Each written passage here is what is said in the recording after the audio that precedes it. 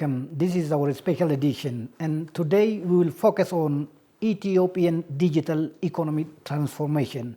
And to insight us on this matter, Dr. Gutu Tesso is here with us. Dr. Gutu Tesso is a distinguished economist in Ethiopia with a deeper understanding, and he is also a researcher advising different international and national organizations. And thank you, Dr. Gutu, for joining us to discuss this issue.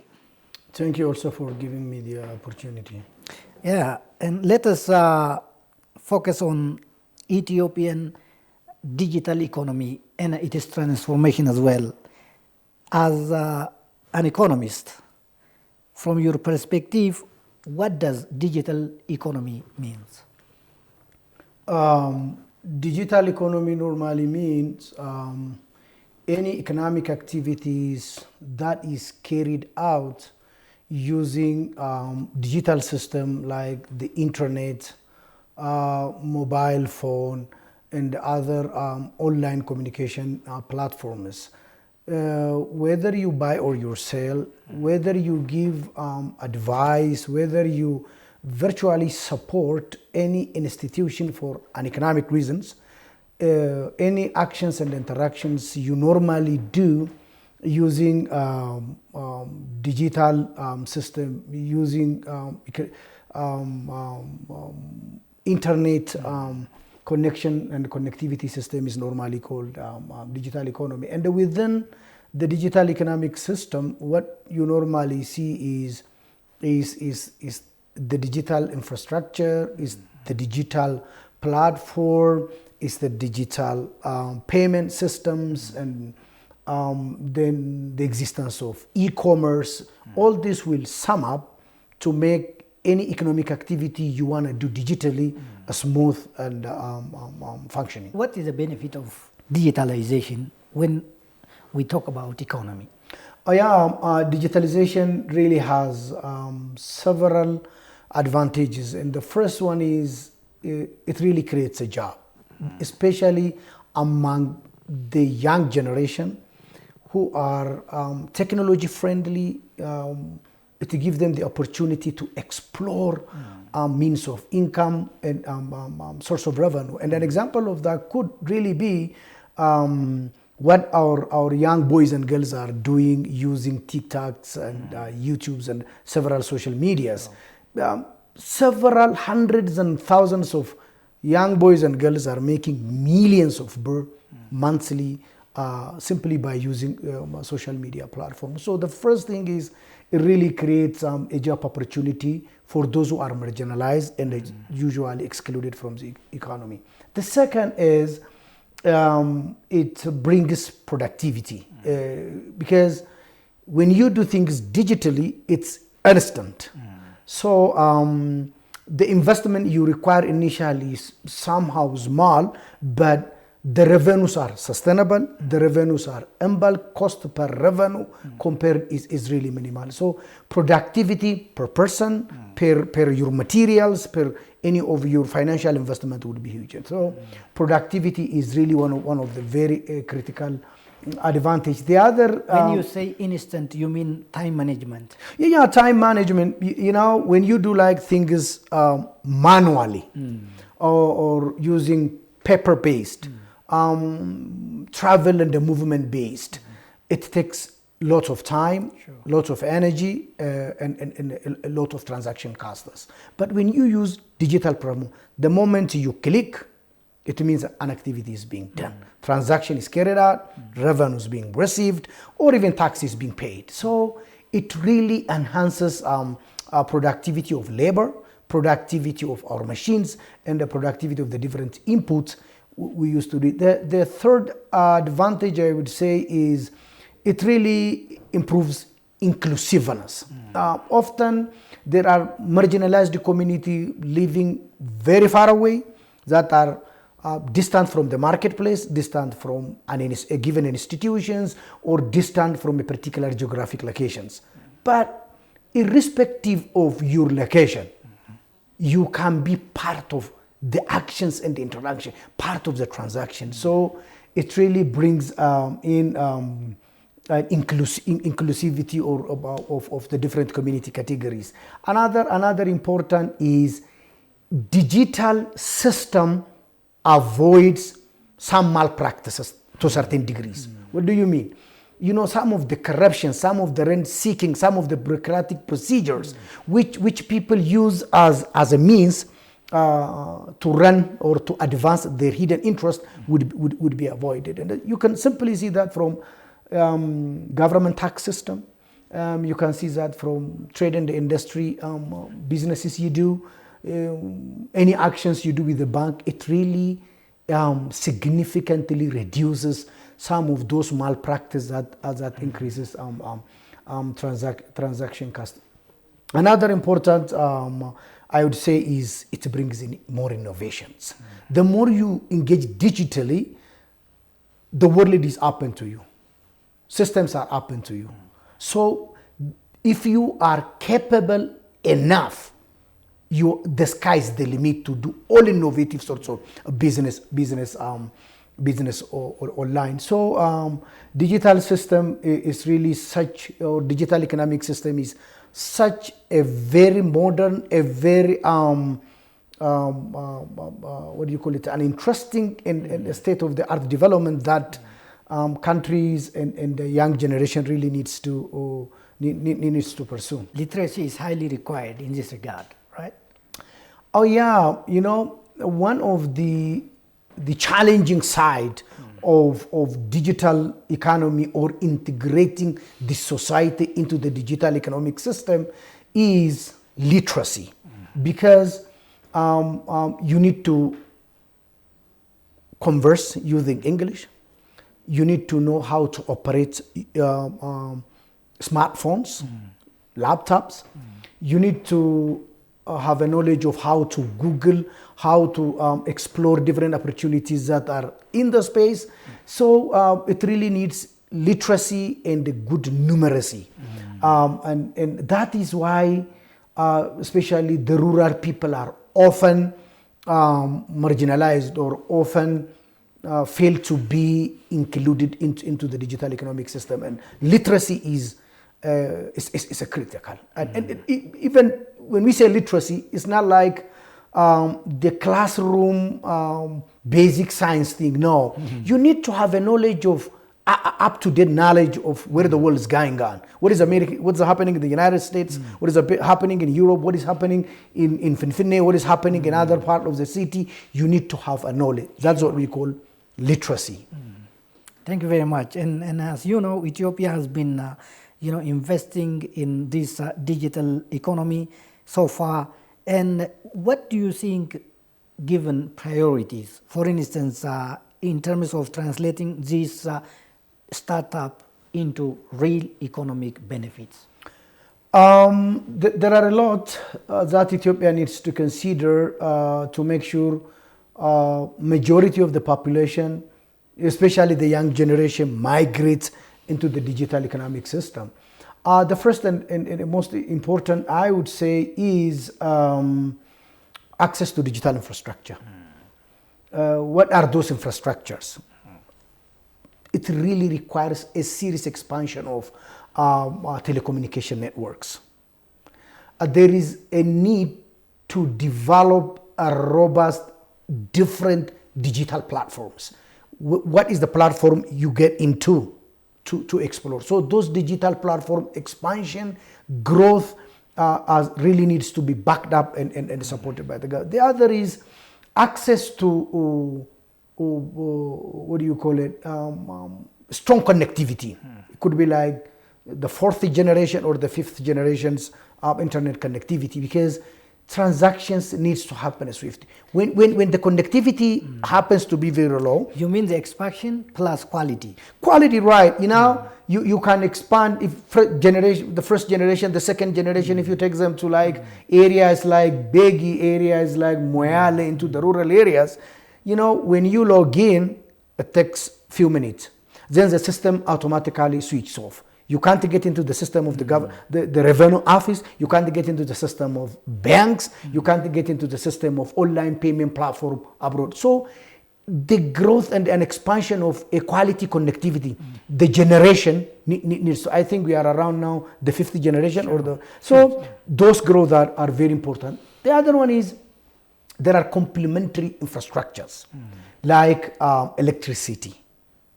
Because electricity matters in terms of getting well integrated into the digital economy. You need to recharge, you need to charge, you need to get connections. Everything functions with electric power. So those related infrastructure expansion is very critical. Another important thing that the government needs to seriously consider is affordability. Affordability. Areas where investing in digital system is affordable.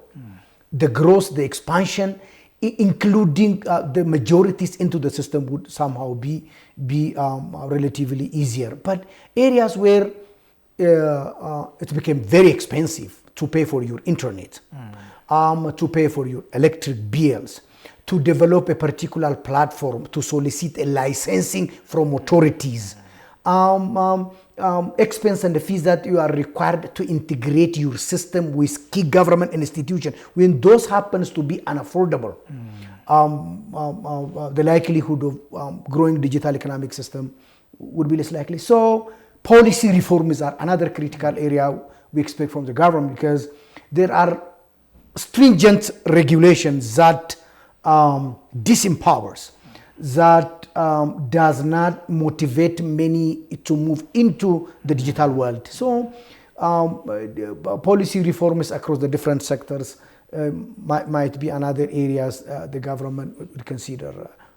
And the other very important issue I would like to mention is, the cooperation among different stakeholders, including, for instance, your organization.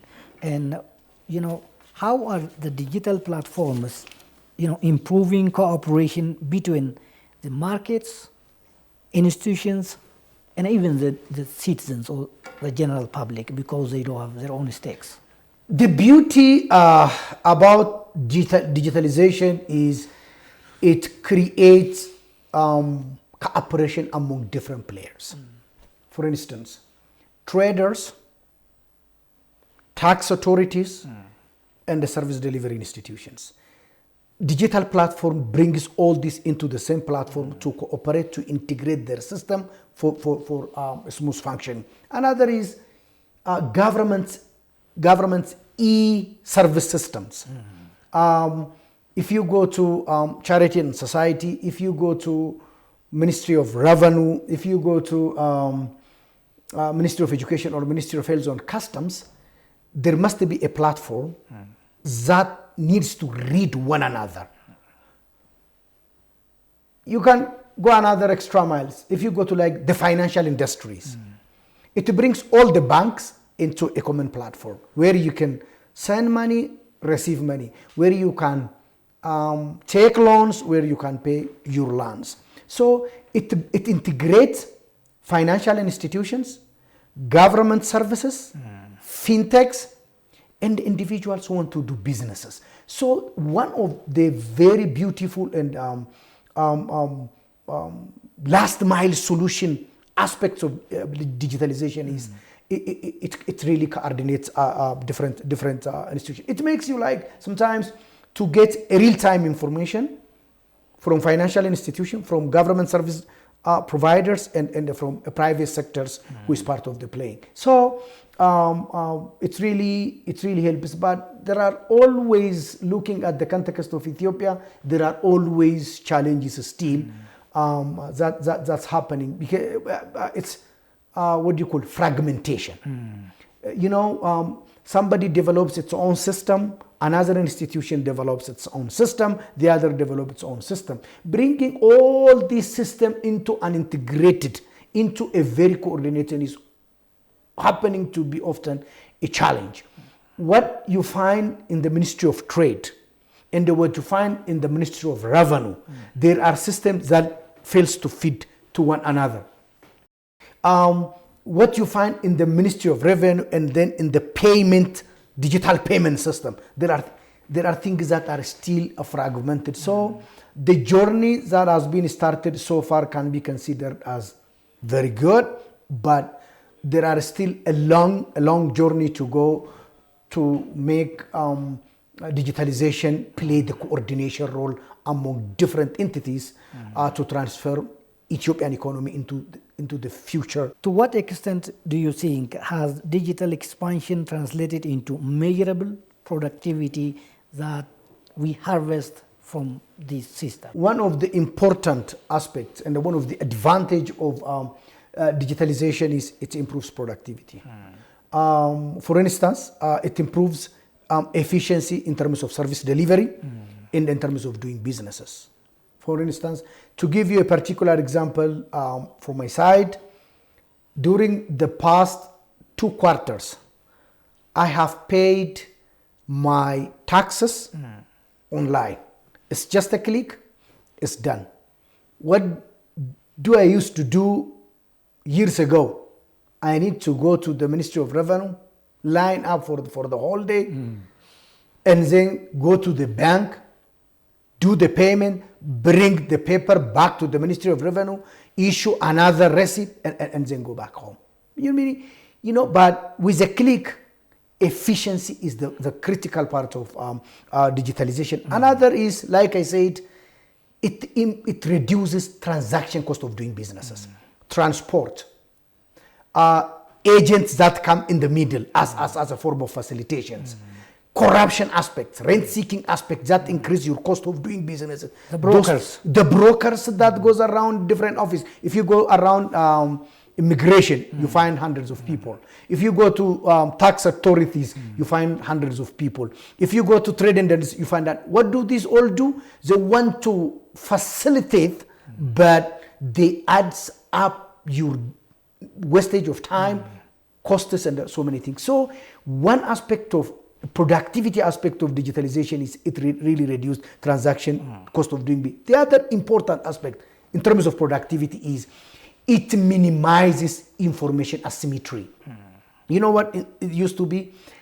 If you want any information, you need to go to the board, the dashboard of that particular institution, read what's being announced, and then you go back. If you want to get price information, you need to call to the brokers, and then you need to go to another market. Now, you go on the platform, you explore what are the price, what are the exchange rate for foreign currencies, what are the price for gal, what are the price for coffee, what are the price for all other items. So it really reduces information asymmetry. In so doing, it gives you real-time information, real-time data, even to the most rural, to the most distant, so that they can act on a timely basis. The other is it really increases customer reach.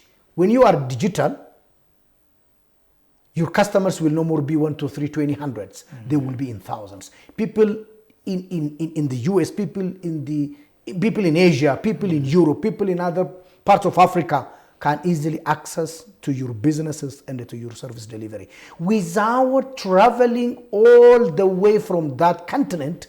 They can get services. So it really significantly reduces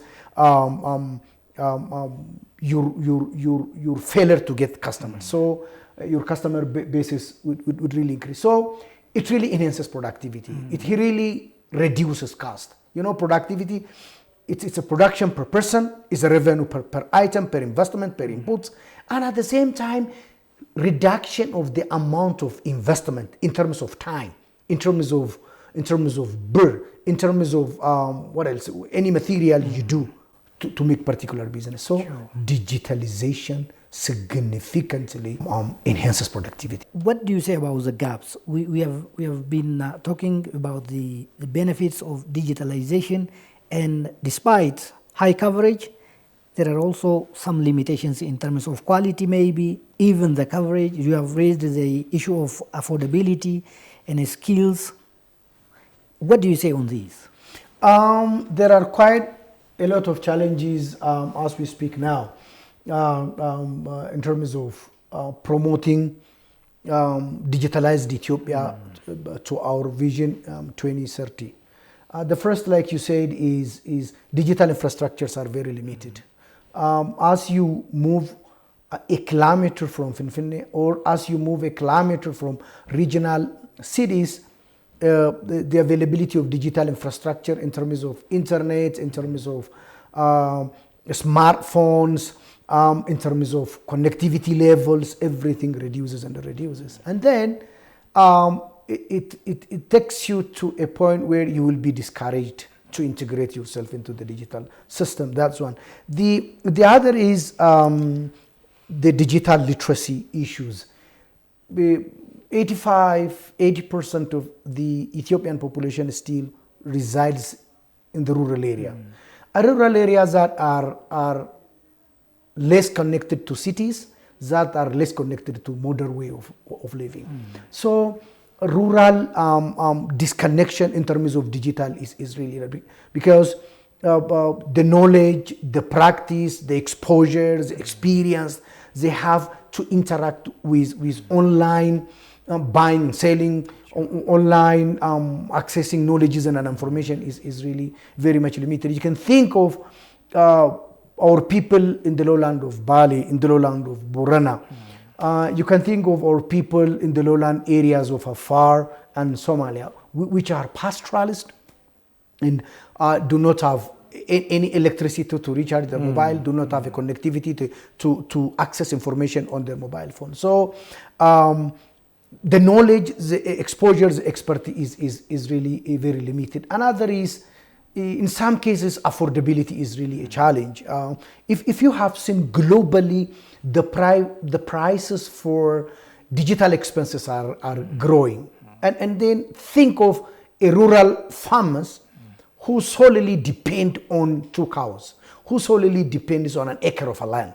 And in affording unlimited connection to an internet is not an easy thing.